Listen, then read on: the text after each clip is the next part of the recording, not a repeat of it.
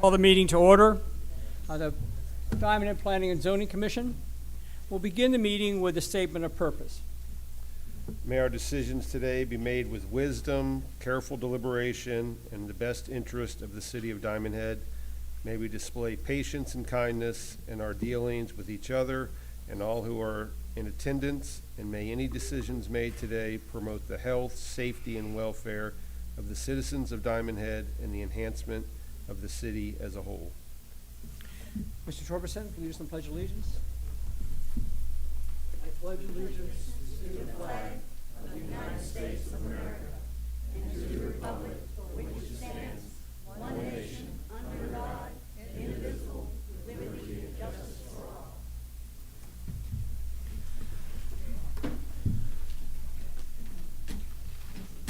Commissioner DeBreau. It's online. Hello, Lynn, can you hear us? Can you take yourself off mute?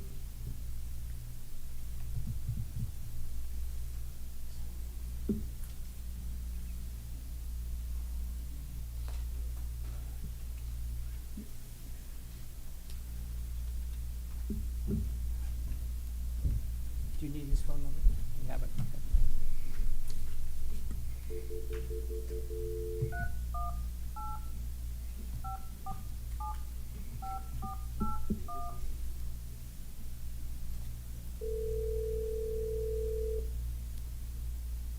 This is Lynn. Okay, Mr. Lynn, we started. Okay, thanks, Ken.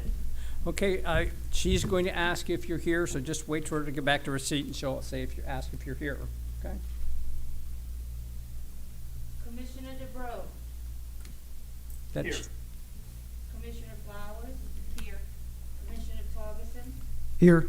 Commissioner Hector. Commissioner Lael. Commissioner Horn. Here. Chairman Rubar. Here.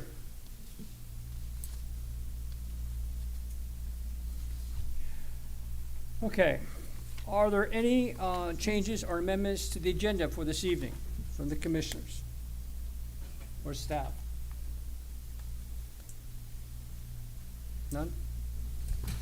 Okay, seeing none, I needed a motion to approve the agenda. Mr. Commissioner, we do have one deletion. The Diaz, which was under new business number 3, called, were not able to make it and requested that they be removed from the docket and they'll be placed on a future docket. So we do have that, that announcement. So noted. So item number 3 on the agenda will be removed. And we'll wait for him to get back to us when we're going to, right. Understood. Okay, thank you. Thank you, Counselor. Okay. Any other changes? Do I have a motion to approve the agenda as submitted? I second. Okay. All those in favor, signal by saying aye. Aye. We're gonna need to do a roll call on every Do vote. we have to do a roll call? Yes. Yeah, I recommend it just to make sure. One of the things when we have a commissioner that is, or a councilman that is attending by phone, to make sure that all the votes are recorded. And the Okay. best way to do that when somebody's by phone is to go ahead and do a roll call Point on made. every vote. And I know it's a little No, bit of a that's pain, fine. but Point made. Okay, roll call. Commissioner DeBreau. Aye. Commissioner Flowers. Aye. Commissioner Hector. Commissioner Horn. Aye. Commissioner Lael. Commissioner Torgerson. Here. Chairman Rubar. Aye.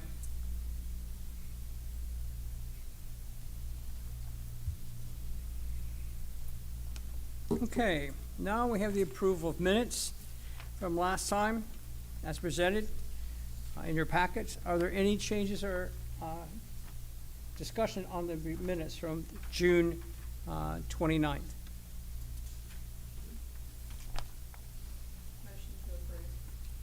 Motion is made to approve. Do I have a second? Second. Motion has been approved in a second. I'll have a roll call vote. Commissioner DeBreau. Aye. Commissioner Flowers. Aye. Commissioner Hector. Commissioner Horn. Aye. Commissioner Lael. Commissioner Torgerson. Aye. Chairman Rubar. Aye.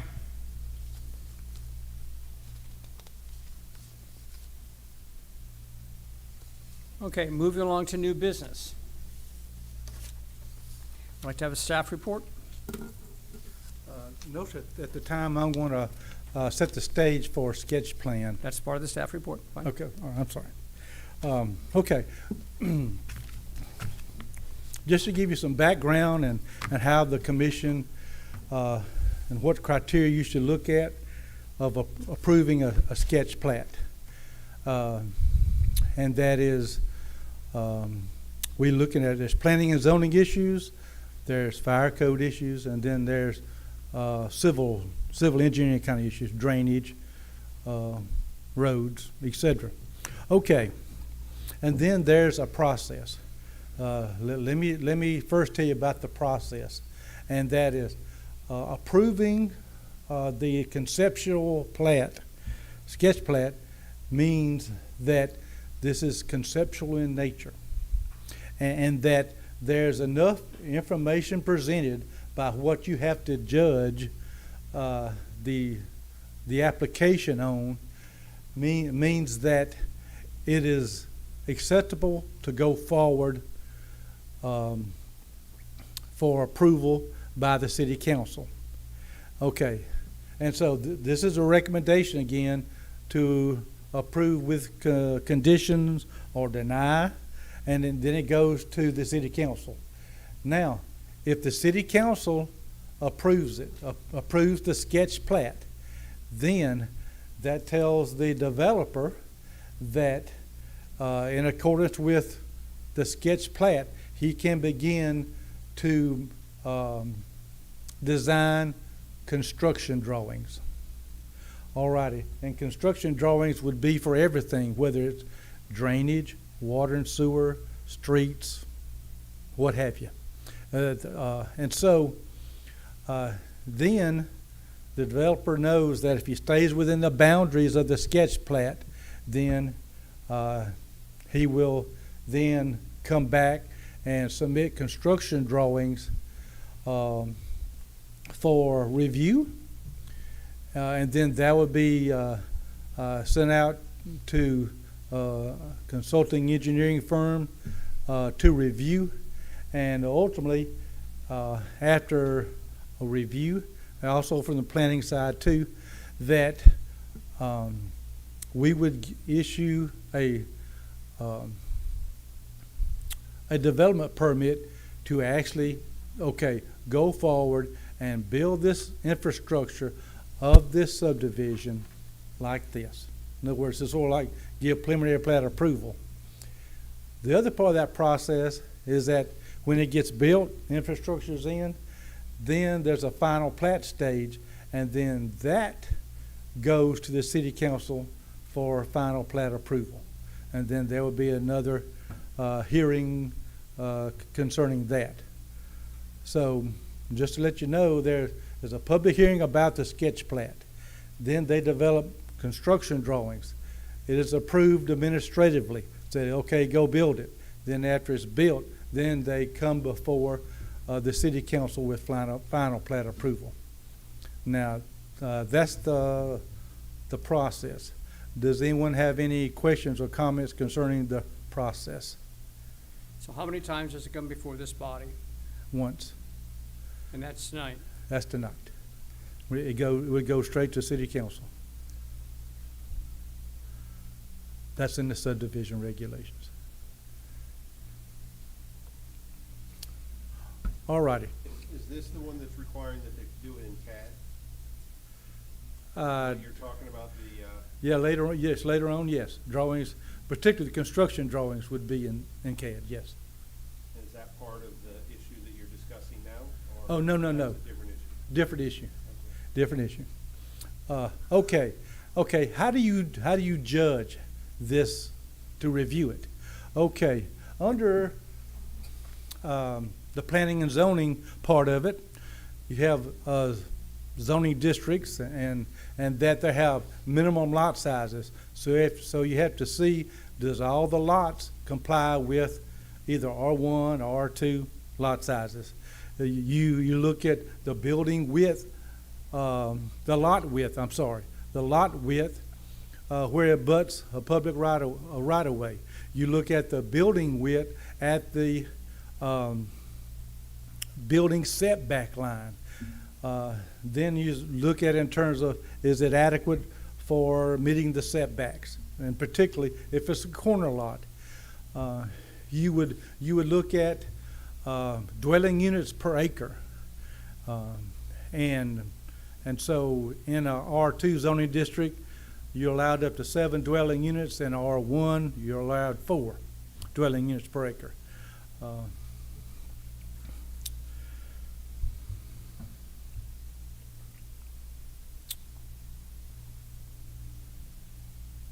That's basically it on the planning and zoning side.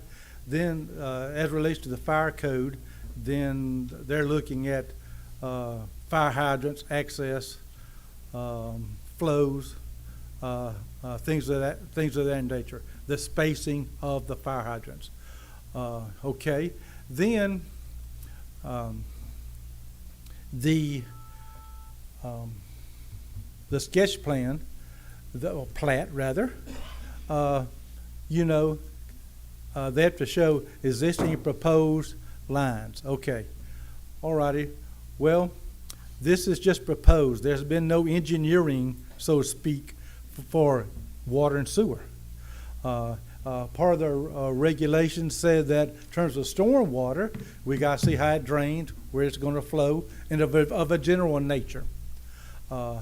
There's no engineering, substantial engineering for the drainage yet. That comes when you can say construction drawings. Then, okay. However, the ordinance does say that you have to have detention. And that means that post-water surface runoff cannot exceed pre-construction water surface runoff. And so if you look at these 2 sketch plans, I think one of them has 3 and the other one has 2 detention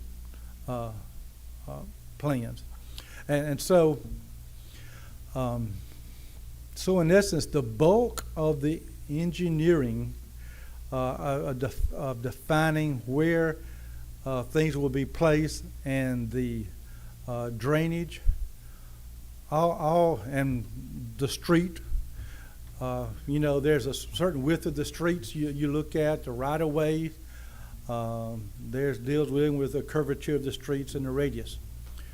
And so what I'm trying to say is that this is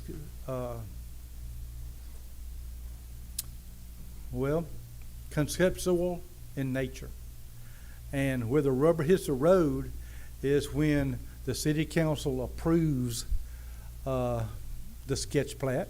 Then you say, go develop the construction plans. Then when it's submitted, then those questions like how it's going to drain, what's going to happen, the size of the detention facility, all that is looked at in more detail.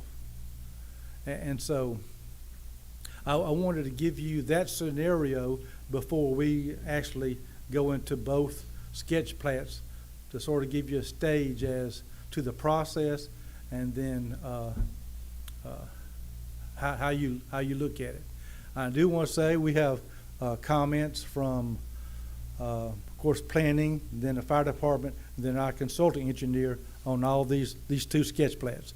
Okay, I do want to let you know that the Diamondhead Water and Sewer District also has to approve the construction plans as relates to water and sewer. And so that comes later. And so does anyone have any questions or comments for me?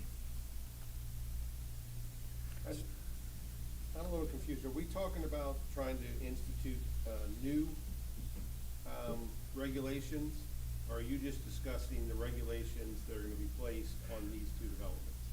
Oh, okay. We have the city council has adopted the subdivision regulations, and so all what I've said it would be within that document. And that's a new regulation. And when did that go into effect? July the 20th of July the 16th, 2020. Okay, so the next time that the actual sketches will come up, the final sketches will come up will be before city council, and then public comment can be made at that time? Yes, exactly. And that will be advertised? Yes, yes. Just to let you know too, there are some things like wetlands. They do have to delineate wetlands. However, that's between the property owner and the Corps of Engineers in terms of mitigating any effects with wetlands. Could you expand on that a little bit, please? Well, the property owner would have to make applications for getting a wetlands permit, and that would go through the Corps. They would actually issue it, and so sometimes the Corps will allow you can develop this amount of wetlands, but you have to buy credits into a wetlands bank. And so they'll say, I don't know, however how many $1,000 per acre, you got to pay into this wetlands bank, and then you can go ahead and fill in these wetlands. Then there may be some where they say, like, you're not going to touch it. You can't do it. So I guess it's possible that, well, if the Corps says that you're not going to do anything with wetlands and the whole lot is a wetland, then in essence they lose that lot. They won't be able to develop it at all. Do we know how much wetlands are involved in these two projects? They are they are delineated. And they're proposing to put a lock across the wetland. Okay, let's. 9 acres. Do you know how many acres are wetlands? No, I don't off the top of my head, sir. No, I don't. I don't. Okay, you just find that out for us, that'd be fine. Okay, all right. Thank you. Thank you. Let me go and read what's the item on the agenda so that everybody knows what we're talking about. It's item number 4. Are we ready for that one, staff? Pat? You ready for number 4? Yes. Okay. Structures of Diamondhead, represented by Jim Gokowski, owner, and Duke Levy, engineer, have submitted a sketch plan for Preserve Division Phase 2 for review and consideration and approval. The sketch plot is a 24-lot development having lot sizes ranging from the smallest lot of 7,025 square feet to the largest of 12,906 square feet. The total number of acres is approximately 8.97 acres as part of the larger parcel of 28 acres. The current zoning lots of R2 minimum density family units.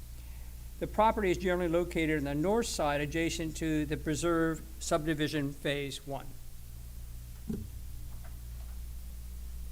Staff? Thank you, Pat.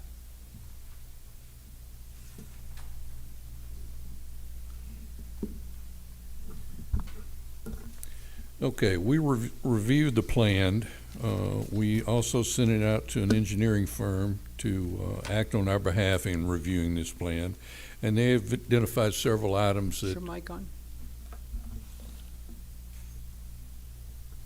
Yes. Okay. How about speaking louder? All right. We reviewed the plan. We sent it out to our engineering firm, Machado Patano, to have them review it, look at it on our behalf as the city's engineer. They reviewed it, came up with suggestions, things that needed to be changed. The applicant has made all the changes that were requested. We also sent this out to the fire department, and they made their comments of what they needed as far as for the plat. We looked at, I believe this is now 25 lots now instead of 24, if I'm not mistaken, but the applicant can clarify that to us. Okay. From what I've seen on the plat, there is 25. We looked at the requirements, front yard setback, this is an R2, So front yard setback is 20 feet, side yard is 8 feet, the rear yard 20 feet. We also looked at the requirements in R2 is 6,000 square feet lot area. The width is 60 feet, and the density is required is no more than 7 homes per acre. This one came out 3.6 homes per acre. So it's a very low density, medium density subdivision. Okay. Let's see. I believe there's 3 detention ponds on here, if I'm not mistaken, covering that area. So they have met, looks like it meets all the requirements as far as our subdivision requirements are concerned. Is this the plot plan for that? Yes. Okay. And you said there's a retention plan pond on this? There's 3 retention ponds on there. Okay. If you're looking at it, there's a pond area. Oh, I see it, yeah, I see one of them, okay. Yeah, I believe that would be the northwest corner. Right, And then there's 2 retention ponds right in the center, one on either side of the street coming in from Diamondhead Drive West.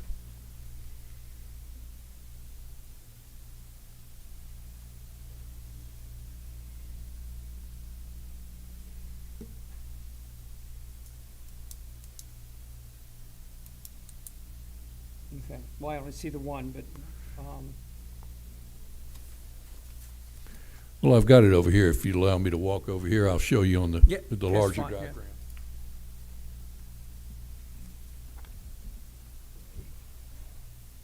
One retention pond is here. You've got another one located here, yep, see it, okay. and then you've got one located right here. Got it, okay. Thank you. Can you show us where that is on the colored map? That's a different one. Those are 2 different. There are 2 different considerations. This is the Okay, Casano project. all right. This is the preserve phase 2. Well, I will tell you this. This is Pocock Street. This is Diamondhead West, right here, Where's the water tower? right over here. Water tower's over here. Okay. Well, probably way over here, I don't know. But anyway, this is Diamondhead Drive West. This is Pocock Street. This is the right-of-way for the power line. Okay. Yeah, that's where the power line crosses here. So you see, this is south of the power line. Okay, running along Diamondhead Drive West. And then the 16th fairway of the Cardinal. Mhm. Cardinal, right here. Yep. What, do we know the mean elevation of that property? I cannot tell you that off the top of my head, no. But it's pretty high up there.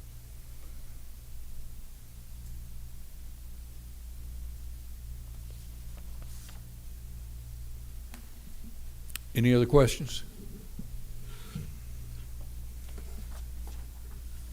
Okay. Then I'll turn it back to you, Mr. Chairman. All right, are there any comments from the public? Or the applicant, is the applicant here? Oh, come on in, sir, sorry.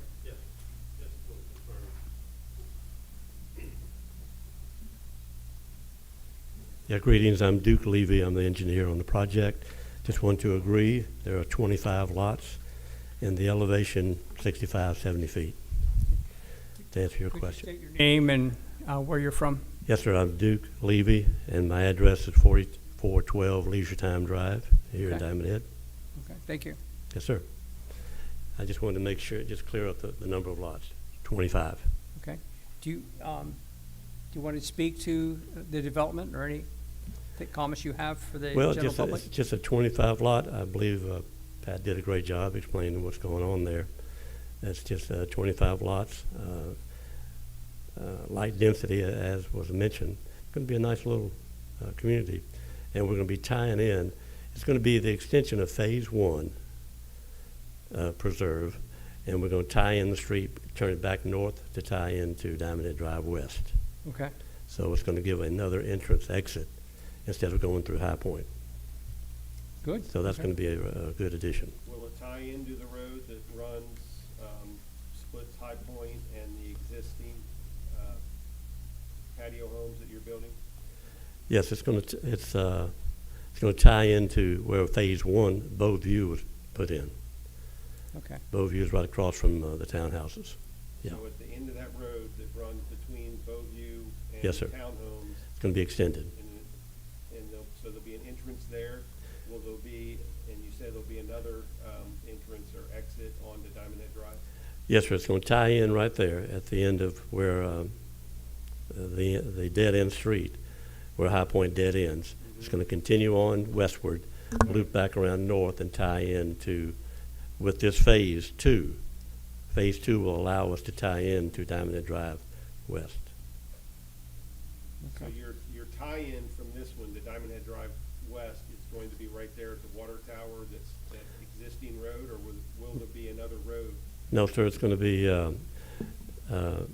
if you remember, it was brought out about where the power line easement is. That gives you some kind of a landmark Yep. about where we're going to be tying in to Diamondhead Drive West, oh, okay. if that helps you. This is all north of 16th Fairway, Mhm, between the 16th Fairway, and then you might say Diamondhead Drive West. mhm. Okay. Okay? Do you have any idea at this point in time of how much volume of water these retention ponds will hold? No, ma'am, we haven't. That's the purpose. After the sketch plat approval, then we'll get into the nitty-gritty of the design. Yes. Okay. We'll just meet regs. We'll meet the regulation, whatever that is. Okay. Any other questions?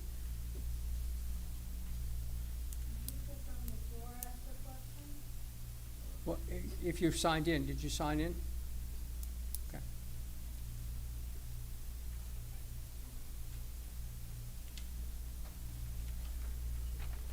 Okay. Any other questions? Okay, thank you, sir. Okay. Did you sign in? Please come up. We- we- Yeah, but I don't have the list. I've got it, because there's several different subjects here. Go ahead. All right, Ms. Penny Crawford wants to speak to this subject.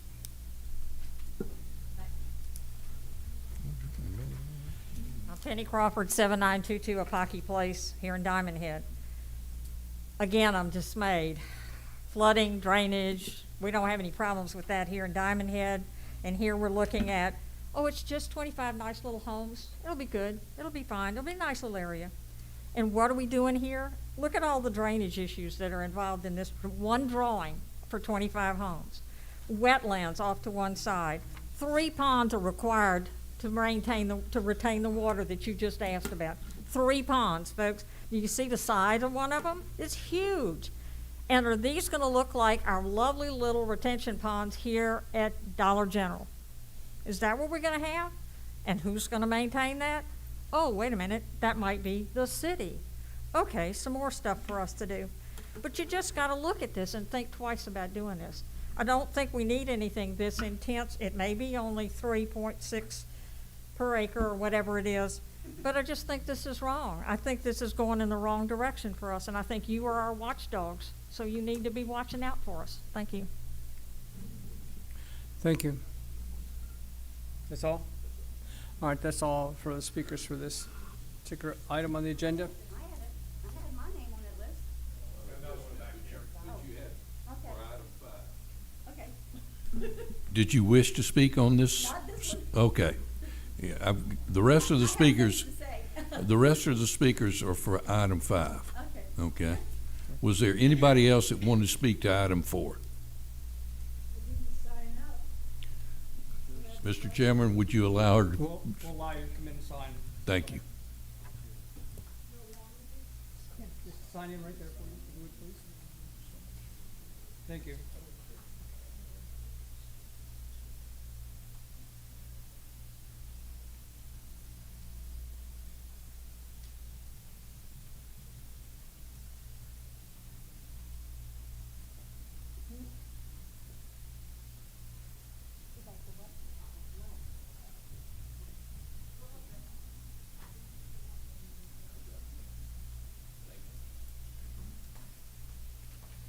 I'm Betsy Nolan. I'm concerned about High Point, and I am on the board at High Point, and they wanted me to, see what's going to go. And I'm wondering, is that Connection Street going to be serviceable while you're under construction? Otherwise, everything else goes through High Point? Duke?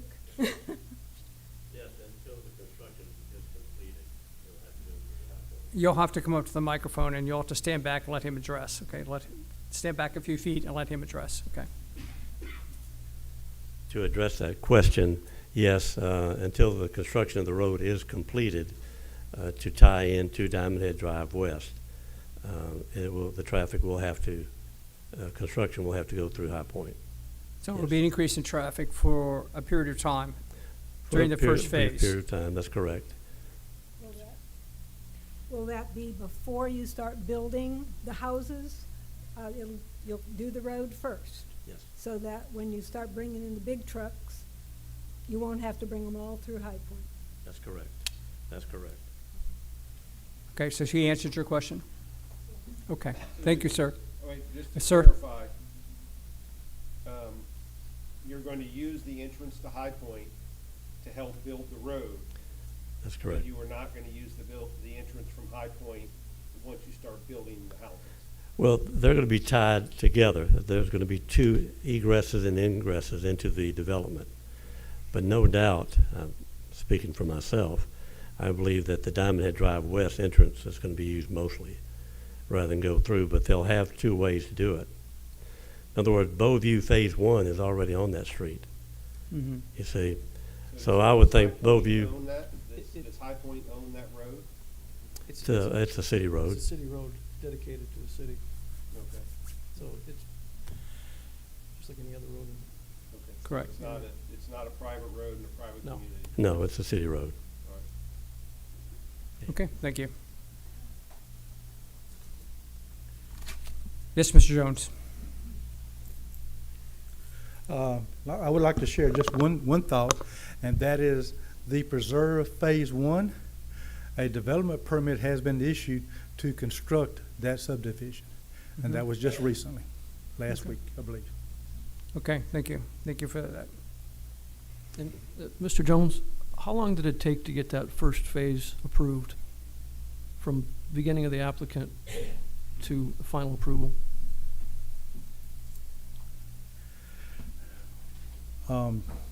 Well, it could take a while because on our initial review, the consulting engineers say need more information or calculations. And then what happens is that is submitted back to the developer.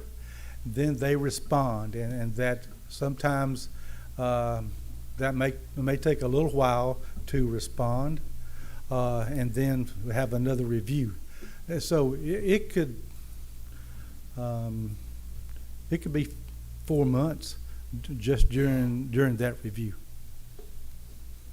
Would that slow up the development of the road construction as well? Yes, sir. Okay. Because until everything is I's dotted, T's crossed, they would not be given approval to start construction until the plans are acceptable to the city. So one more question. So phase 1 was approved and the permit was issued to start developing. Yes. So I would think that phase 2 would take less time, considering that it ties together, and it's actually higher ground, I would think, over on that north side.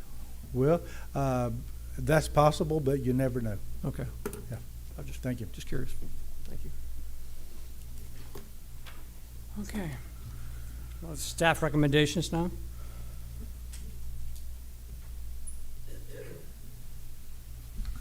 Okay, after reviewing the application and the plat and going through the engineers and getting all the affected parties and having the hearing here, is the recommendation of the staff is to approve the sketch plat of the Preserve Subdivision Phase 2, subject to meeting all other adopted codes and regulations, and no variances have been requested.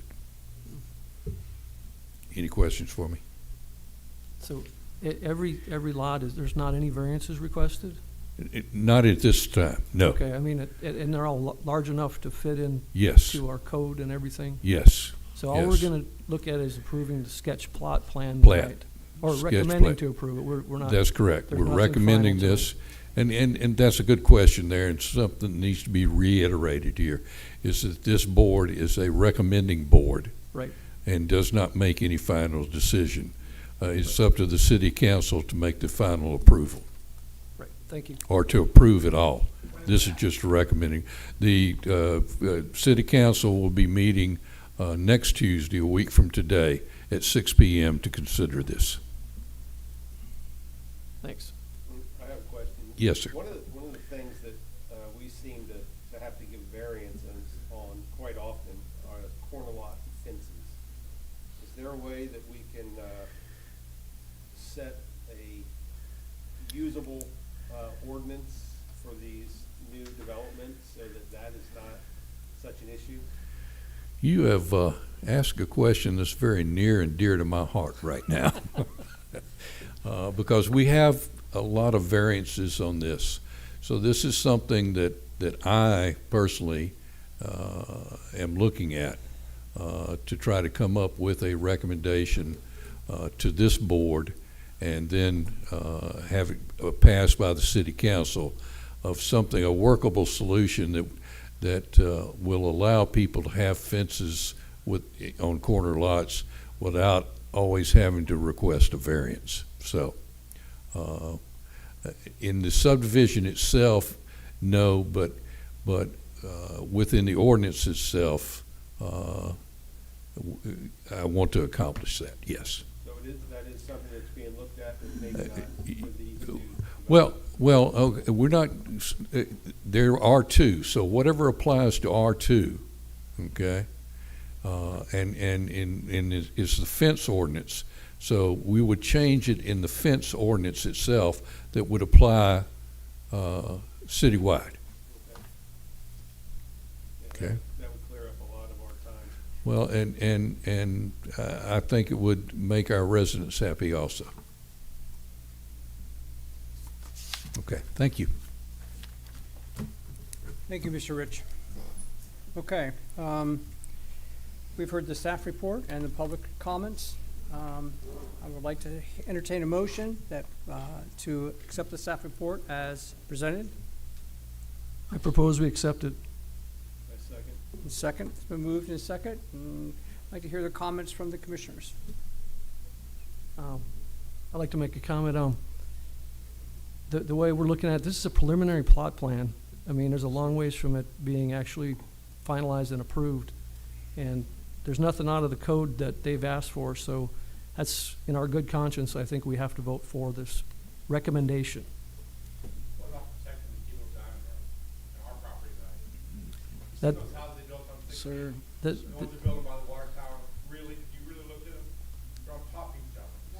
They're horrible. this is a little different, though. This is an R2 situation, so they're not gonna be, that's an, That's 8 houses an acre. that's an R3 zone. That's a little different. They could have done, I believe it's 10 units per acre, I think is what it is. What they've done in 16 of the Cardinal. Sir, the opportunity for comments has expired. Sir? What are you gonna do? Sir, I'm going to ask you to respect this board. Can we not speak our piece? Sir, you had an opportunity to have make comments. Thank you. I have a comment to address Penny's issue. Diamondhead does definitely have a drainage problem, and Diamondhead was built basically with almost no engineering. Houses were just allowed. But this project, they have 3 retention ponds. I don't know of a single retention pond in pre-2000 Diamondhead. They just weren't built. People just let drainage go. So the way to mitigate that is to build retention ponds and to require engineers to do things. And that's what we're doing now, because we know that there's a problem in Diamondhead with drainage. So to make sure that Diamondhead can continue to grow and not harm other properties, they're paying engineers to come up with these issues and take care of it. Yeah. I would just like to make a general comment, but come up, Mr. Jones first. This administration does realize that there are drainage issues, and that I do know in the budget coming up, it is proposed, with the help of the county putting in $2 million, it's proposed that there will be $4 million set aside for drainage. I can't speak to like what project areas or anything of that nature, but over the next 2 years, it's proposed that $4 million will be studied in terms of design and then implementation. Thank you. This is my personal comment as well as an overall observation and working with this administration. During Claudette, I had water in my home for the first time, and I've lived here 15 years. I was not happy about it, okay? That's probably many of you wouldn't be. I've had subsequent discussions with our city manager, Michael Rizzo, who have had discussions about doing a better job of water management and developing a comprehensive plan, which he is working on. The fact that he was able to get a matching grant of $2 million to match our grant of $4 million for water and hydrology studies in our community is a step in the right direction. A lot of us inherited a lot of these problems that we now live in the city of Diamondhead from the previous group that managed the city. We're all going to have to work together here to solve these problems. We all have to work together and input and guide each other along the way. The fact that there are 3 retention ponds is great. We don't know the depth of those retention ponds, what they will be, how many gallons that Commissioner Heather brought up. We need to know these things, and not for our purpose, but the city council needs to know these things. We are an advisory board to the city council. We just simply follow the laws and make sure that they're enforced. We grant variances where we can, and that still has to be approved by the city council. This is your venue to voice your opinions. You are to register. If you haven't registered and want to make a comment on one of these things, go over there and sign in. Your voices are important. We are all neighbors here, and we build a wonderful community, and we have to work together to do that and maintain it. We need one another, not chipping each other, but working together. And I think this administration is working very hard to correct the problems of the past. I don't say these problems are created intentionally, but we're working together now to solve these problems. And Mike is determined, our city manager is determined, working with the mayor to make sure we get these problems solved. But we need everybody's cooperation and everybody's input. It's important that you come to the commissioners' meetings, yes, but also to city council. You are the citizens of this city, and your input is not only needed, it is necessary for democracy to work. So I was to say, as my civics teacher used to tell me in 9th grade, get off your duffs and participate. Democracy is not guaranteed. Okay? Love you all, but you've got to remember that. We all have to participate and be fair and judicial and kind to one another. All right. Any other comments, commissioners? Lynn, do you have any comments? No, I have no comment. Okay. All right, so we will call for a roll call vote. Commissioner DeBro, Aye. Commissioner Flowers, Aye. Commissioner Hector, Commissioner Horn, Aye. Commissioner Lael, Commissioner Torgerson, Aye. Chairman Rubar. Aye. The motion is passed.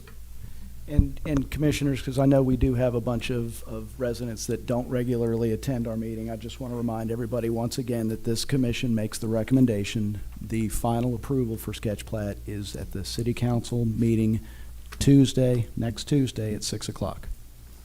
So. The gentleman just spoke, you probably imagine, since he's in coat and tie, is our legal counsel. Derek keeps us out of trouble.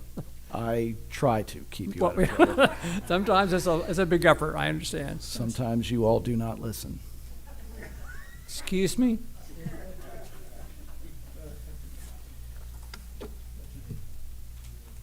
Okay, the next item on the agenda is MDGA LLC, represented by Michael Casano and Kyle Ladner. I had submitted a sketch plan for a new subdivision for review and consideration and approval. The sketch plan is for 76 family lots. The division is on 19.86 acres, tract of land with parcel number 132A-01-03-113-000. The subject property is northwest 1/4 of Section 2, Township 88S, Range 14W. The lot sizes range from the smallest of 6,000 square feet to the largest being 13,368 square feet. The property is located west of Calapacona Way and Kiiki Drive, west of Pine Gulf Course Hole 15 and 16, north of Kiiki Drive, and south of Calapacona Way. Entrances will be in the south end of Icona Street and at the end of Kolula Drive, in the east end of Hohoka Lane. The case file number is 202-100-189. We'll hear a report from the staff. Mr. Rich? Get my steps in today,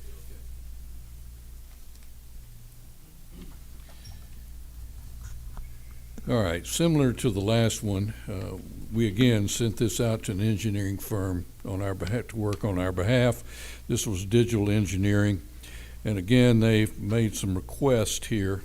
One of the requests here was that the proposed detention pond appears small, and the plan shall include detailed stormwater runoff control measures, including retention in our detention ponds, capable of retaining both during the construction and post-construction sediments, and of holding a volume of stormwater equal to a 5-year storm based on Mississippi average rainfall duration of 1 hour at rainfall intensity of 3 inches per hour.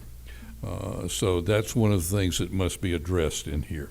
It's not addressed in the sketch plan plat process, but is addressed during the construction or the preliminary plat, final plat process. Okay. Is this part of the documentation you sent out to us? Yes. I'm What sorry. page number is that? Page number 20 is the engineering report. Okay. Can you give us just a moment to look at that? Certainly. I'm sorry, I should have.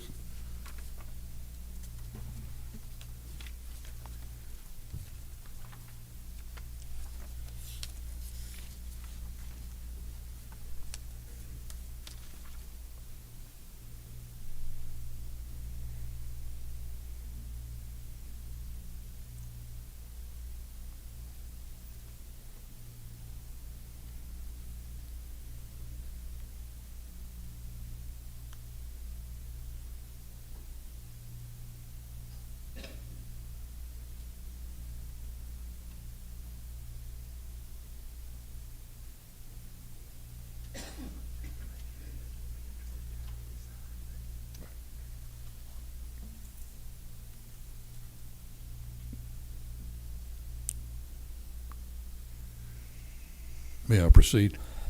Okay. Yes, Okay. I'm sorry. Okay. Another question was asked by the engineer, how will all the stormwater runoff be drained to the detention ponds? That wasn't delineated on here. But again, this is not at this phase that must occur, okay? But it's just a reminder to us and to the developer that these things must be addressed. Also a reminder that since the subdivision will be almost 20 acres, that a large stormwater permit must be requested from MDEQ. Also address the appearance that Kaloa Street isn't quite aligned with what they had on the plan there. but that's probably just the way it was merged together with GeoPortal there. They also said side yard setback is 8 feet, not 5 feet, and they said number of lots didn't meet the width requirement. Now, those areas have been corrected, okay? All right, so the setback is correct. The lot width is correct. The other areas here will have to be addressed in the design stage. Okay. The also went to the fire department with this, and they made their comments here. And of course, water and sewage district, they handle their own. So that's not included in this process. So what we have here, and it's 74 lots, because they had to size down the number of lots because they didn't have the setback right. So they had to resize them.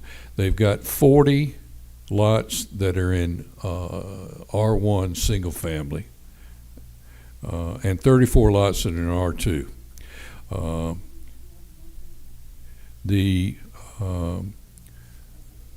So they meet the requirements for the setback of front yard 20 feet. This is R1. Side yard 10 feet. And in R2, side yard 8 feet. And then the rear yard 20 in both R1 and R2. The lot area minimum of 10,000 square feet in R1 and 6,000 feet in R2. And the lot width of 80 feet in R1 and 60 feet in R2. And then when you get to the density portion in R1, the requirement is no more than 4 houses per acre, and they are at 3.3 houses per acre. Mm-hmm. And in R2, the requirement is 7, and they are at 4.3.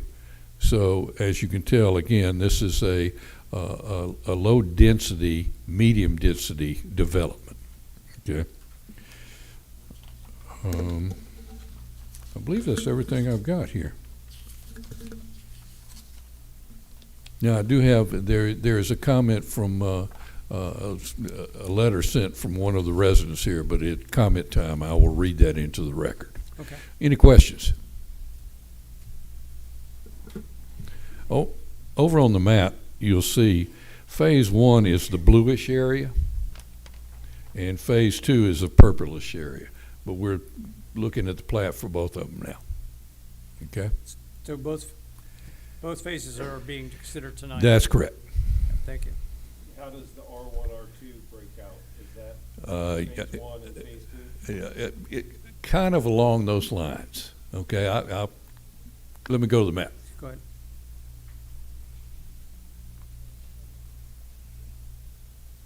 The R1, R2 line starts at this point here and goes to right here.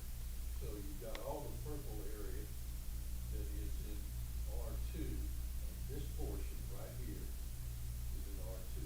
Anything above this line would be R1.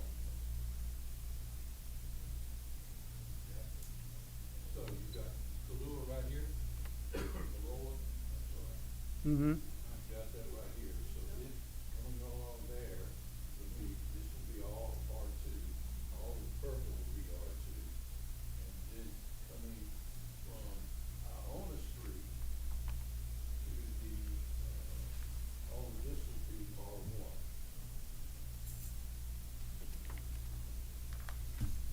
Say 73, is that what you said? Let's say 73. And 73. do we know, or Let's say somebody 76. here to tell us what's the mean sea level of that area? Ask him. I believe we have somebody from, yes, we do. We have somebody from the applicant here, yes. You said there was 70, how many lots? 74. Okay, well, it says 73 on the documentation submitted to us, so. Okay. Excuse me.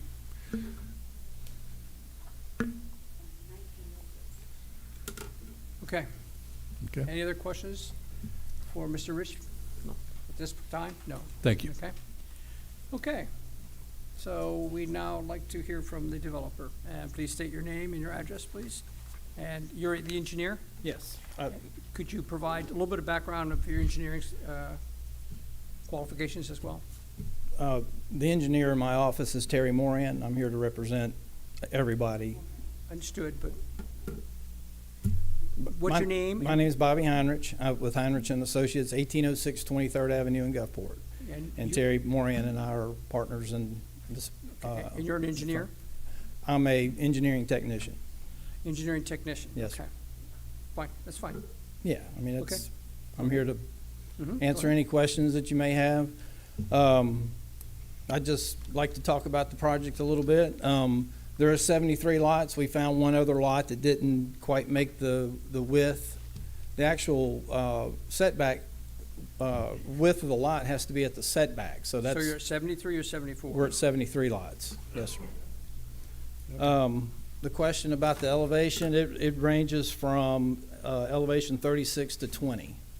36 to 20? 36, elevation 36 to 20, and it's all in the X zone. There's no flood zones on this property, or flood, there's no flood like an AE zone or anything. It's all in the X zone. So, actually X and X500 zone. But, so yes, we're here to present this project. I'm here to represent the developer. 73 lots. We're abiding by the current zoning of R1 and R2. We're not asking for any variances. We've been working very closely with Planning Department. We've addressed all the comments that was brought to us from the engineer that reviewed the plan. We show a preliminary water and sewer plan, drainage plan. So we meet all the requirements that's been asked of the subdivision ordinance.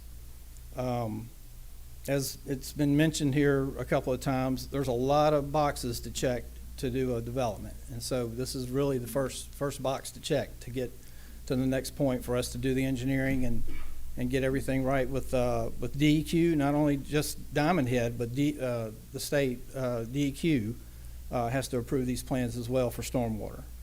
So I'll be happy to answer any questions that you may have and listen to the comments. Commissioner Lynn, do you have any questions? No, not at this time. Thank you, sir. So in relation to Diamondhead as the resort, not the city, what sort of improvements to drainage are established in this project? What are you doing that's different than what exists everywhere else? So by law, basically, the guidelines are to retain or detain the first half inch of rainfall in any development. Usually anything over an acre, you would have to require detention. So to do that, well, now you have to do that. You have to detain that water and not, certainly not send it to somebody else's or a neighbor's direction or anything like that. All this water has to be directed to these ponds, and it cleans it, and it slowly drains out, and it's called water quality. That's what you do. Again, we did a preliminary drainage plan, and we set ponds where we think that's where they need to be, and then we move forward to the next step. We'll have the engineering ponds done, we'll have all the calculations done, and we move forward. So, Have you sized these ponds yet? preliminarily, they still have to be calculated and things like that. So we know where the water's going, and that's where we laid them out on the drawing there. Can you point those out? Um, I mean, just in the general area is fine for me. Okay. We have one.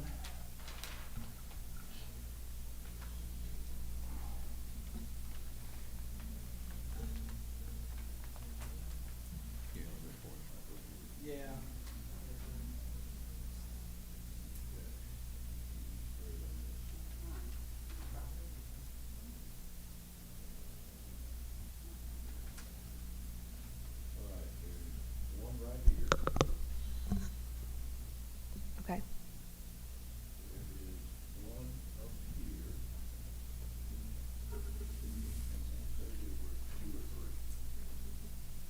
Three.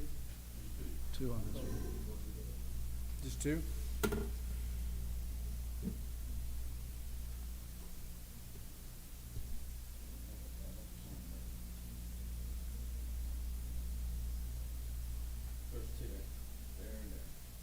All right. Thank you. Any other questions?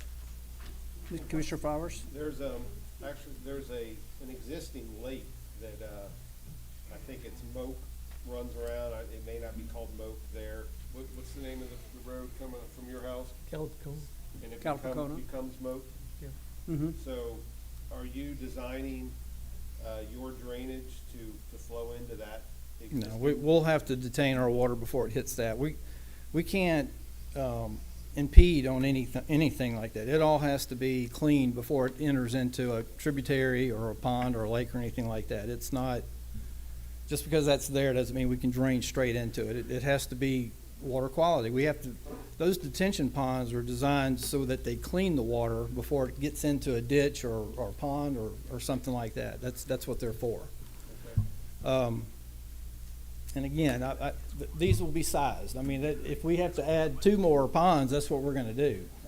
You know, this is a preliminary layout, and whatever requirement we have to do, we will size that. We have to calculate the amount of water that goes on this property, and then we have to hold that water back for a certain amount of time, and then it slowly drains out. So if any more detention has to be done, we'll provide that. So, with the slowly draining out, how is it going to get out? Are you planning on going into the lake that they're talking about eventually? Or is it going to drain out into a creek or straight into, the Jordan River? Or right by you? There are, you know, outfalls all around the property. So the water hits that, and it slowly hits those points as if it was going out there anyway. So, so by underground storm drain, it gets to the pond. Okay, there's what they call an overflow structure. So what happens there? It holds that water back for a certain amount of time. It's called intensity. So you hold that water back, and then you have what they call an emergency overflow. So we're only designed to a certain storm. So if it exceeds that, then there's an emergency overflow and it flows out. So, but that's the requirement. It's anywhere on the coast or in Mississippi or anywhere that you meet those requirements. And we'll meet whatever the ordinance is for the stormwater. That's what we're going to design to. But it hits that pond, slows it down, and then slowly drains out. That's what they're designed for. You're referring to this as a pond. Is it going to normally have water in it? No, we're going to do detention. We don't like retention. Retention will hold the water back, and we're not going to do that. It'll be detention. So you'll be able to, not you, but. It'll be more like what's next door to Dollar General and across from Rouse's. I'm not familiar with that. I'm sorry. You're right. It's a big hole with nothing in it until it fills up with water. But it's a requirement of what you got to do. You have to do that. I don't know what the Diamondhead does. You know, Ryan can maybe answer this, but usually it's the Homeowners Association that maintains these ponds. So I don't know that, but it'll be the city? Okay. Will there be a homeowners association? I can't answer that. I don't know that. I'm sure there will be, but I'm not. I don't have that answer. So you call them a detention pond, not a retention pond, right? Detention detains the water. Retention holds water. Right, just to clarify. Yes, sir. So if you needed to increase the size of the detention ponds, would it consume some of the lots in the Yes. proposed plot plan? Yeah, we may end up losing 2 more lots because of that, you know. Yeah. So when we're looking at 73 lots, we're really not, it's not a definitive number of lots that we're looking at. It could change drastically from the time it gets final approval, from the time we do a preliminary plot plan. It's probably, it may be 1 or 2 at the most. Okay. But I can't answer that because we haven't done that.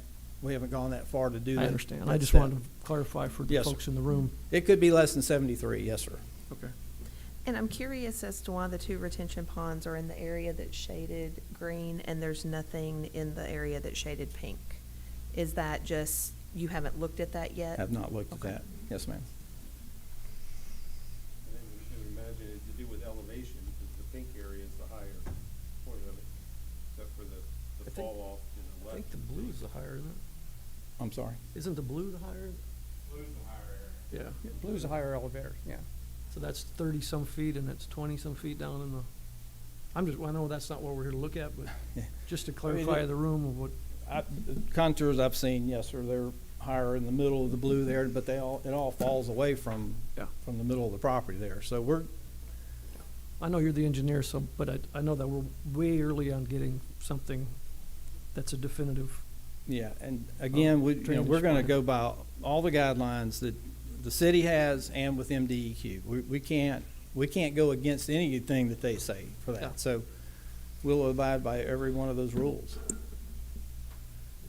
Okay, anyone else? No, you're being recorded, you know Yep, I know. Okay. Done this before. that? Council there Thank you. too. Thank you, sir. Okay, All right, first we have Miss Penny Crawford again.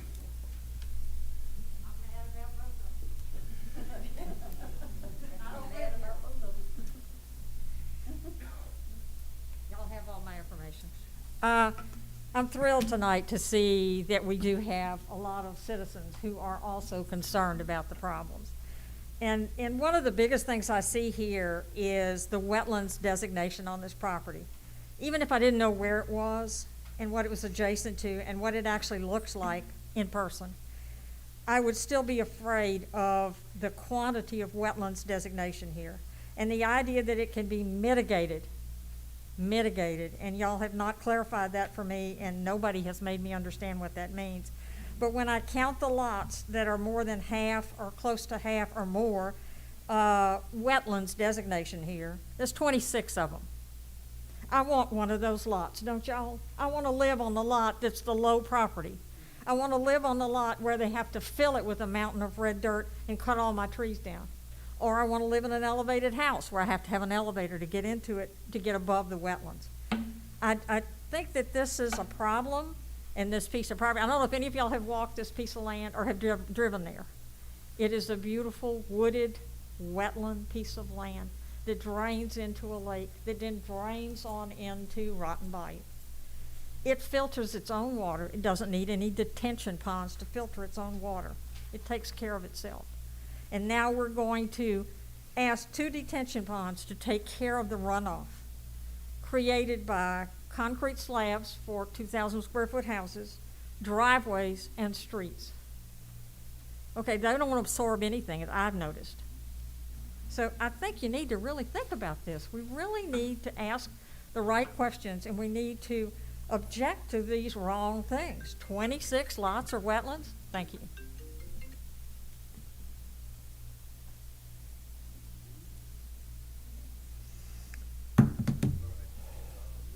Yes. Good evening. I live on that lake.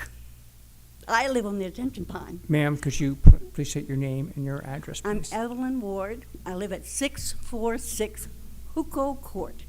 Thank And you. I live on the lake. I call it a lake. It's a detention pond. My neighbor lives on the other side of the lake. Last month I know about you the all. same time, at midnight, it started raining. We got 11 and a half inches of rain. The water flowed over that road, and that road is 5 feet. When it's normal, there's 5 feet up to get to that road. It flowed over it like it was a dam for overflowing. It took her neighbor's dock, the picnic table, her walkway out to it, and put it almost in the middle of the road on the other side of the lake. It took my dock, which is bolstered down into the ground, for the first time since I've been there forever, and it picked my dock up. Now, if you put these houses here, what is going to happen to this lake? If it did this from 11 and a half inches of rain, what's it going to do?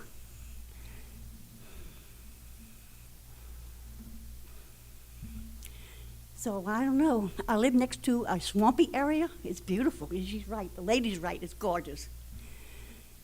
But I have a it's like a swamp. And I bought that lot that cut off that road so nobody could go build there. It runs off of my property, water does, into my property, which is okay. I was never going to do anything with it anyway. And it runs into this marshy area and then into the lake. What's going to happen when you all put all these houses there? Where's the water going to go then?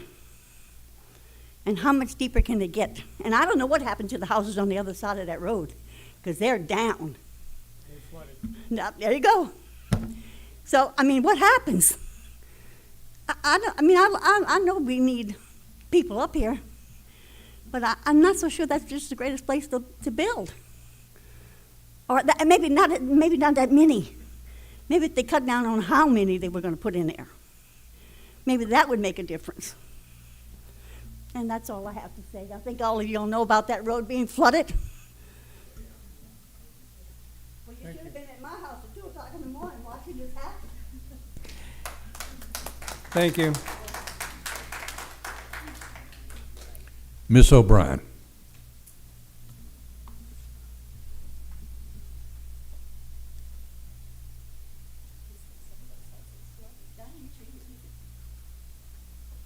Good evening, gentlemen. My name is Eileen O'Brien, and I live at 5533 Hanauma Street. I live across the 15th Fairway. So what this development in the blue, I live right across from where the purple is. Mm-hmm. I have walked that lot. And what the engineer said, talking about the height going from 40 down to 20, very correct. You walk it, and it just goes straight down, all wetlands, into the lake that the prior lady just spoke about. Mm-hmm. Okay, so now we're talking about 3 detention ponds. There's nowhere on the plat even showing where the lake is that is really taking the brunt of the water. I'm looking at 10 homes to be built along the 15th Fairway, and by the way, that's a 3-par. 10 homes are going to go where currently there's 3 in that area.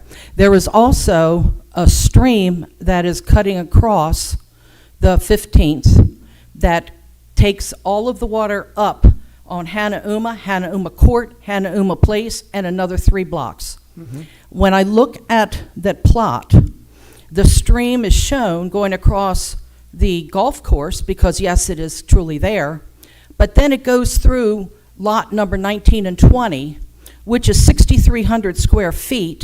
So how do you have a stream that is probably 10 feet in width going through that lot, and how are you going to put a house there?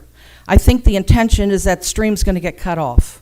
So then I would ask the engineers to please address that. What's going to happen to the drainage for the homes on Hanauma Street and the 3 blocks before that? Like I said, right now the stream carries that water down through this property. It's all downhill. First of all, they got to level all that property because it is currently downhill, 20 feet difference in elevation, and it all ends up in the lake on Calabacona. That's my concern, and I appreciate your putting it on the record. Thank you. Thank you.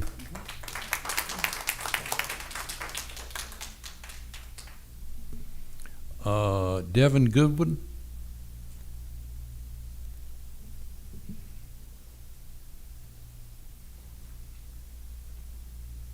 Good evening. I'm Devin Goodwin on 5441 Kayaki Drive. Appreciate your bringing this forward for us to talk about. I'm concerned. My first area of concern is traffic, and I'm not sure to what that really plays into this, but Hawaka Lane ties into one portion of this. We are already running off the sides of the roads to get past each other because that Hawaka Lane narrows down as you come off of Diamondhead Drive East. So at this point, we're asking to add another, is it 73 at this point, homes worth of traffic.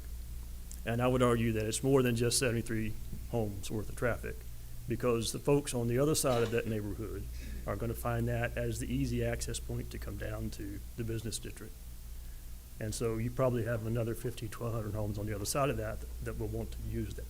So I don't really think that's been considered in this sketch to date.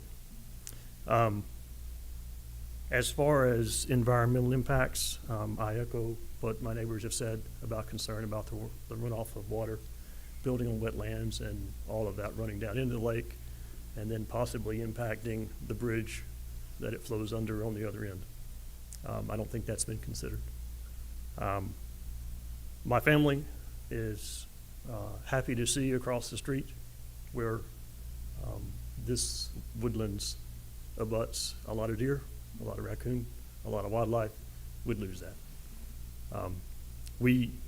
Part of the reason we live where we are was because we like the woodlands, we like the environment that we're in. So this would drastically change that. So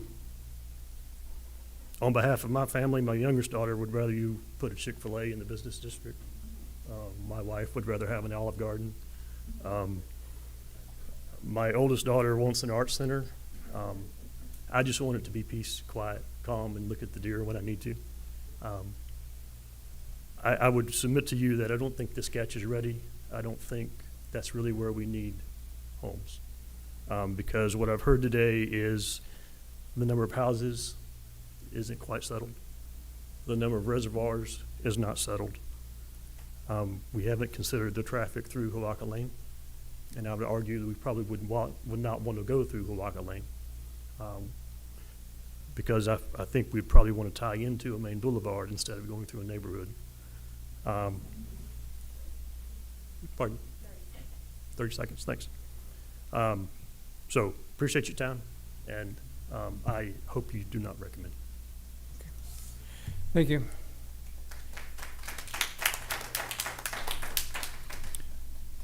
All right. Let's see. Mr. Thomas. Yes, sir. And do you need, oh, you got your letter. Okay.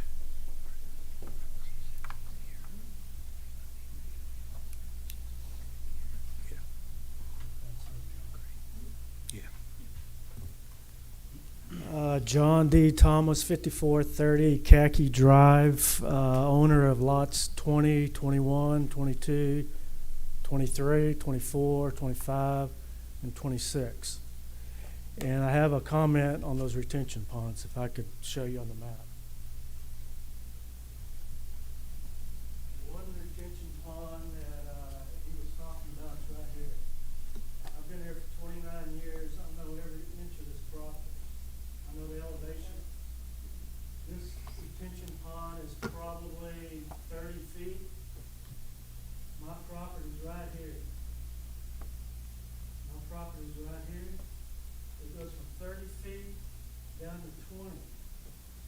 All this water from here is going right in my backyard, as you can see. That's without a development. Here is about 45 to 50 feet. All this is going into that one retention pond. It's not going to work. I've been in the construction business 45 years, and I know which way water flows. It's just, it's not going to work. And you can see the water before any development. You're putting 2 to 3 times more water in there. I got a lot more pictures.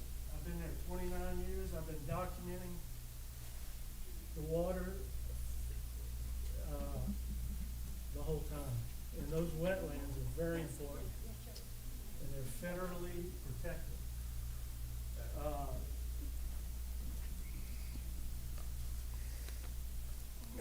I'm on the downhill, downstream of this water flow.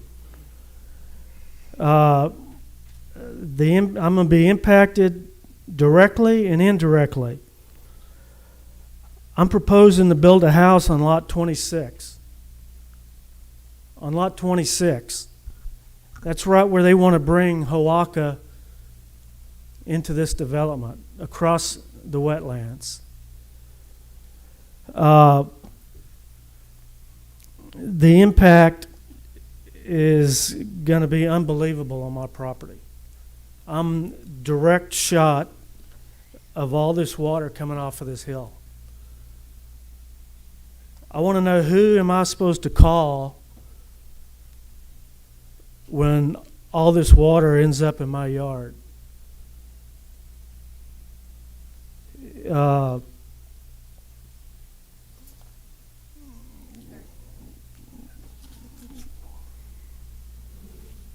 It's just, it's going to be a disaster. We're on the corner of Powhatan and Patriot, and have 100 feet past about Blacktop.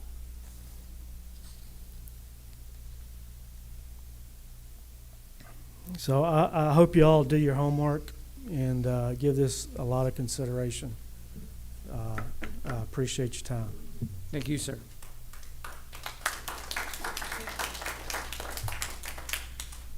Okay.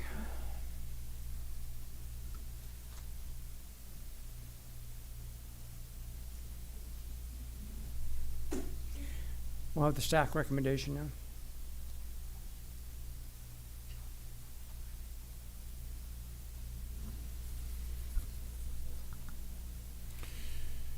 Okay, I just want to remind everybody that this is a preliminary sketch plat where you plat out the proposed lots, not buildable lots, but lots.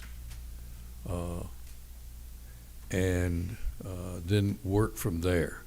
And the issues that have come up before you today, which are very valid issues, would be in the design phase, be considered when we get into the drainage and how the water is going to be routed and what size retention or detention ponds are needed, those areas. So those concerns would be addressed in that. The matter before us today is the preliminary sketch plat approval. So our recommendation. And Pat, before you begin, let me. Yes.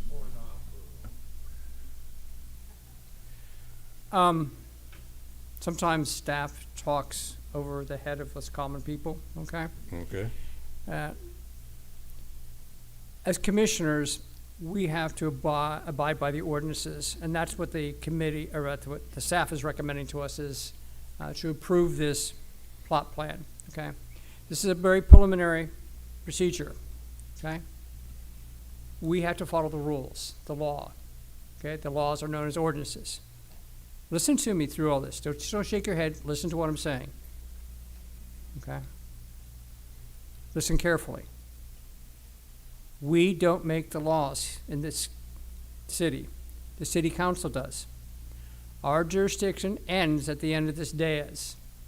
The city council is the one you need to approach when you're trying to change what's happening, not the commissioners. We can only grant variances to existing ordinances. That's all we have the authority to do. We have to operate within the authority of the law. Okay? Those laws are, and at the city level, are called ordinances. You can be upset with this commission all day long, but we don't have the authority to violate the law, no more than you do. The second phase of this development is when they're going to be answering, as Mr. Rich was saying, is when we're going to be addressing all these issues of drainage, okay, of water management. I live on Kiki Drive. You are my neighbors. I see you all the time. You don't often say hi to me, but I say hello with my golden retriever. Okay, I walk there every day at sunrise. I have walked every square inch of this property, not just by myself, but with another person. We used to serve in this commission. We walked through snakes. We walked to see where, unfortunately, is it John? John showed us where the water's flowing.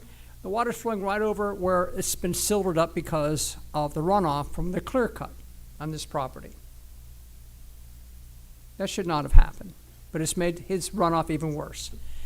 Yes, It's coming all the way from the shopping center. I agree that. I know. I got water in my home for the first time in 15 years, as I said earlier, from the shopping center, the new shopping center, anyway, let's not get involved with all that. What I'm trying to tell you is that you have a voice to share, and you have to share it at the appropriate place. the fact that you're here tonight is really rewarding to me, to see that you're really concerned about your fellow citizens and your property values and the wildlife. But you need to make your case where it's going to do good.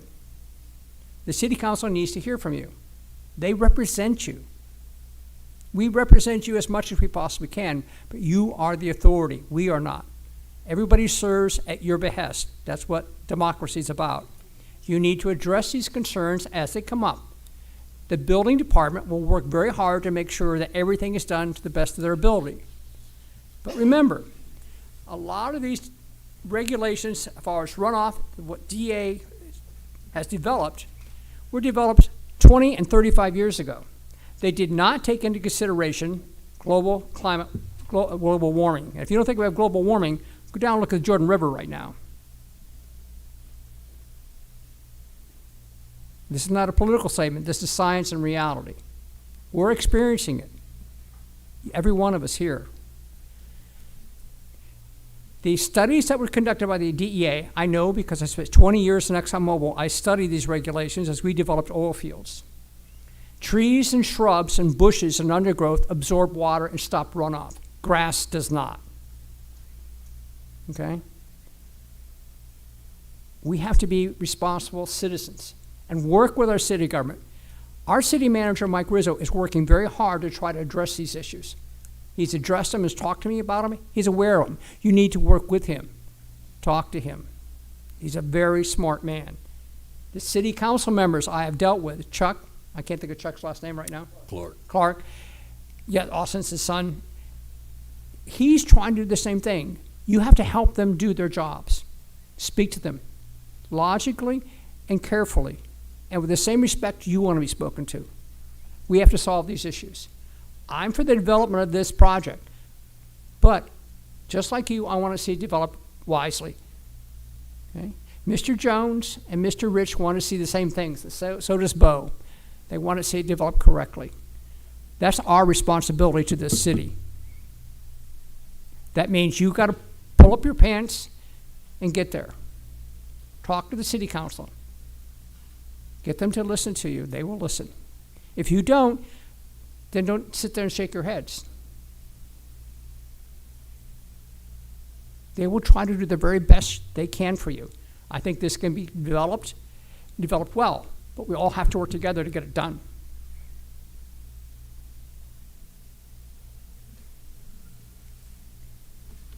Pat, I have a question for you. Yes, sir. You made a statement about not all the lots may be buildable because of wetlands. So minimum lot size to build on it, does the wetland part of that lot count as the minimum lot size? Correct. In the plat.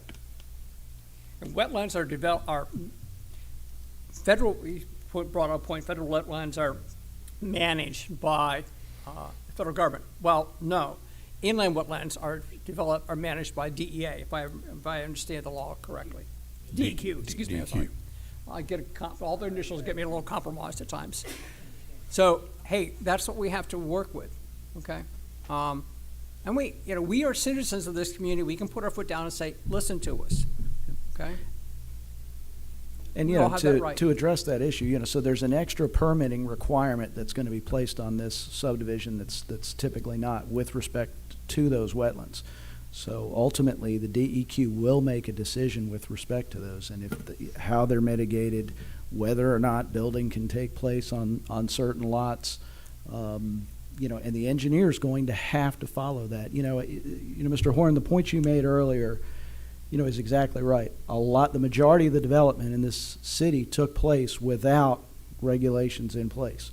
We now have, and it was a long time coming, it was a process that we had input from a lot of folks. It started here at this level with our subdivision regulations that now require developers to look at these things and not just bring in a bunch of dirt and say, we're building, too bad. So, that's where we're at now with these subdivision regulations. You saw we have the fill policy that the council accepted your recommendation at the last meeting. The fill policy is in place. We have a stormwater ordinance that the building officials are really looking at very hard right now. So we've got these things in place. The engineers, the next step in the process is a lot of these issues that are being raised, and it's great that they're being raised because I hope the engineers are taking notes and saying, there's folks watching, we better make sure we get this right. I know our building officials know that, and that's why the city employs independent engineers that their only job is to look at our ordinances and say, yes or no, does this meet the ordinance or not? And they just crunch numbers, and they argue, they go back and forth with developers and with their engineers to make sure that the ordinances are enforced. So I just wanted to add that. You know, just to build a point of confidence here, that I have a lot of confidence in our building group. Because I remember when these houses over here were projected to be built by Elliott Homes, these model homes, and we had a hue and upcry about the drainage, et cetera. And believe me, these gentlemen that are, Mr. Jones and Mr. Rich, I don't know if you were here then, but Bo was here. They worked hard to make sure that those drainage issues were addressed, and they were. Okay, we have to make sure we do the same thing with this. And believe me, these guys are tough nuts. You don't want to meet them on a dark alley when it comes to enforcing the codes, but they need your support as well. Okay. Go ahead, finish up, Pat. Well, thank you for that, Mr. Commissioner. Mr. Chairman, the recommendation of the staff is to approve the sketch plat of this subdivision, Phase 1 and 2, subject to meeting all other adopted codes and regulations, and again, no variances have been requested. Any questions? I have a question for the Yes. engineer. Oh. I'm familiar with the creek that runs through number 15, which is actually quite a large creek, moves a lot of water.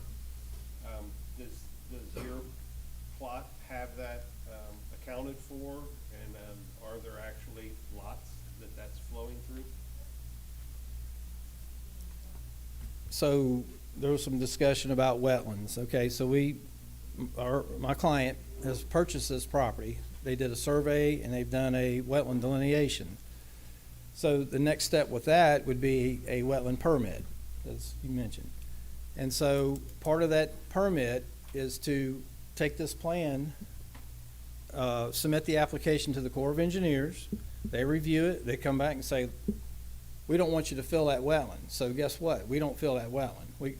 Okay, so they agree that we can fill it, then we have to do what they call mitigation. So they have to go outside, as was already mentioned, to a bank, and you have to pay 3 times. In other words, it's a 3-to-1 ratio is normally what happens. So if you want to fill an acre of wetlands, you have to buy 3 acres of mitigation, which is very expensive. So that's up to the developer whether he wants to spend that money or not. If he can recoup that money through the development or whatever, that's his decision. But as of right now, his intentions are to fill those wetlands. And then we reroute that drainage. And we do subsurface drainage, and we get it to the ponds, and it does its thing, and it drains, according to the stormwater guidelines and DEQ and everybody. And the Corps of Engineers has approved that plan. One other thing, it's kind of a new thing with the Corps of Engineers. They just don't issue a permit because you want to fill wetlands, okay? We have to go through DEQ. DEQ has to approve a stormwater plan before they issue a wetland permit. So that's a double whammy right there, if you ask me, that you have to get the DEQ approval before they'll issue a wetland permit. So there's 2 agencies there that can hold you up if they want to. And the developer wants to work through it or not, that's his decision, and we work around it, and we just won't fill those wetlands if that's what the Corps tells us to do. So the plan now is to get a wetland permit to fill the wetland and to just reroute the drainage to the new ponds. And again, those ponds are just, we didn't have to do a design at this point, so that's what we put them on there because that's kind of where the drainage is going right now. But that's if that answers your question. What type of thing would you engineer to take the water from that creek, which basically is probably like the the headwater of that lake or pond, it's actually a pond there. I mean, you put a big culvert underground, that it would go from a creek. on the Absolutely. golf Those course pipes to will the- be sized and to carry what's going through there already, what's going through there right now, we'll size that pipe in order to carry that same amount of water. So, if I may add, I mean, my clients, bought this property. It's zoned correctly. We're not asking for any variances. I know there's a lot of concern about drainage, and I understand that. Our job now, if we move forward from this point, is to make sure that we follow our guidelines and do the engineering correctly to satisfy not only the city, the state, but also the Corps of Engineers. So that's what we do.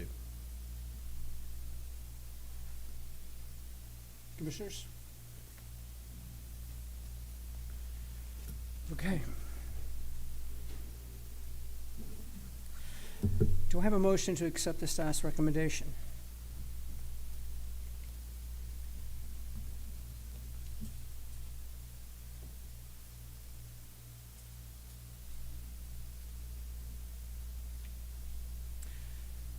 Do I have a motion to not accept the staff's recommendation? Can I ask the council a question? Of course. So, as the chairman spoke of earlier, we're to follow the ordinances. Is there any ordinance that this is violating that we would have ground to stand to deny it? Not that I'm aware of. I mean, the ordinance that they've got to follow at this juncture is the new subdivision ordinance that we've got in place. And what they have to provide to the city, that is reviewed by the city engineer, that is reviewed by the building department, they then make their recommendation based on what is to be submitted under this ordinance. Then, that's just step one. They go to preliminary, they go to final, and in each step of the way, if they don't do what they're supposed to do, and then the stormwater ordinance is impacted at a future date, fill policies, all sorts of, subdivision, portions of the subdivision regulation then come into play. If at any point they don't follow, they don't proceed. So this is step one. The recommendation of the staff is they've met the requirements to get to step one. So that's all I can tell you. I'm not aware of any other ordinance that would apply in this situation. There are a bunch that will apply as we move forward. A bunch. Well, I'll give a motion to accept. Okay, there's been a motion on the table. I need a second. I'll second it. Motion has been made and a second. Any discussion with the commissioners?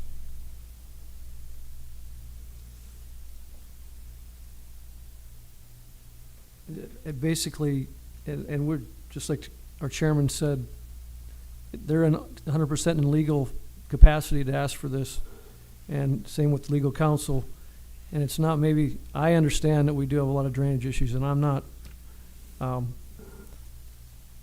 saying it's gonna be developed as it's proposed, but we have to take this next leap, and I would encourage you to look up your city council in your ward and state what your concerns are. They're the actual bottom line, and we're just giving them a legal capacity to move ahead, Okay. assuming we have majority vote. Commissioner Flowers? Any comments? Okay. Commissioner Lynn, do you have any comments? I recognize the concerns regarding drainage. We all see it every day, and as it's been stated, by you and others, we're doing what we need to do based on our capacity as planning and zoning commission. And I just reiterate what's been previously said, that it needs to be taken up with the city council. The same discussion needs to take place there, and and that's my only comment on it. Okay, thank you. All right, seeing no other discussion, I'll call for a vote.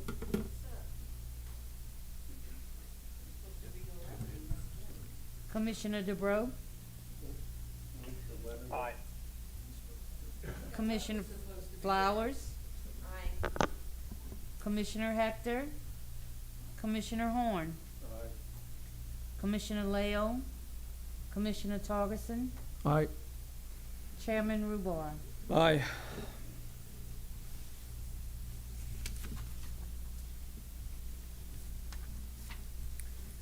Okay, moving to the next agenda item, number 6. The City of Diamondhead, represented by Ronald Jones, building official, has filed an application requesting a text amendment to require all drawings to be computer-aided or CAD design in the subdivision regulations, ordinance number 2020-001. The proposed text amendment shall add to Article 301.4, all drawings shall be computer-aided and designed, or CAD. The proposed text amendment shall also be added to Article number 302.1. All drawings shall be computed and aided by CAD. And the proposed text amendment shall also be added to Article 304.1. And all drawings shall be computer-aided design, or CAD.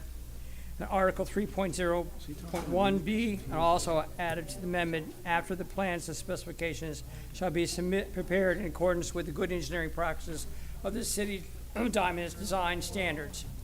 Insert all drawings shall be computer-aided design. The case file number is 2021-00267.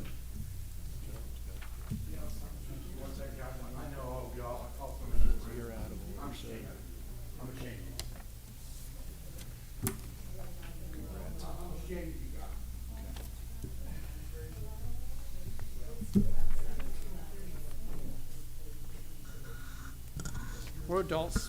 Come on. Understand the process. They think that we can just I don't say think- I no think- because we don't like it. They don't understand that we have to abide by the ordinance. I think he fell asleep in 9th grade civics class if he ever went. Okay, let's begin. Go ahead, Ron. Thank you, Commissioners. All righty. This, when we developed the subdivision regulations, that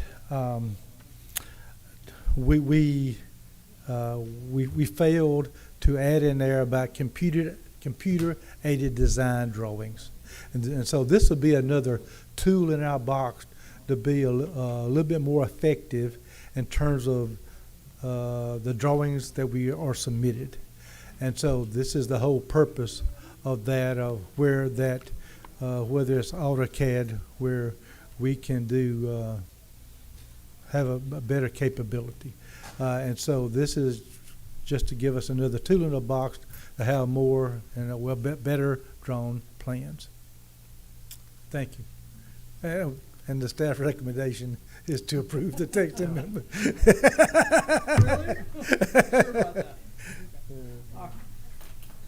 Thank you very much, Mr. Jones. Any comments from staff? It makes total sense. What? It makes total sense. I mean, Oh, yes. let's get it. All right, I need a motion to approve. So moved. I need a second. Ms. Flowers, a second it.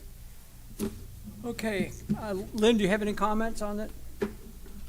No, I agree. It's needed. So many of the things we get drawings on, hand drawn, very difficult to ascertain what they're doing. Granted. I agree. Okay. Motion has been made and seconded. All those approvals signify. Oh, I'll do a roll call. Commissioner, I'm sorry, go ahead. You're looking at Nancy Pelosi. I'd rule that down in a hurry. Okay. All righty, go ahead. Roll call. Commissioner DeBro, Aye. Commissioner Flowers, Commissioner Hector, Commissioner Horn, Commissioner Leo, Commissioner Torgerson, Aye. Chairman Rubar. Aye.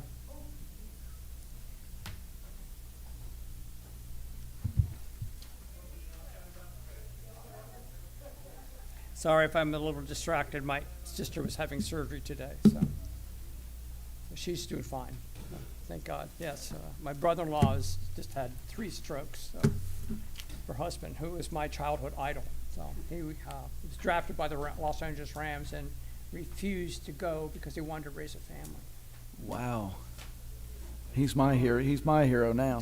He taught for 25 years, 32 years. Wow. Yeah. He was the winningest softball coach in the United States history. Wow. Yeah. Okay, and any further business? Commissioners? Do we have any Seeing- cases for next month? Do we have any cases for next month? Yes, we have one case is text amendment. It's what? Text amendment to. Oh, tax amendment. Oh, the one that we talked about last month? Yes. Okay, good.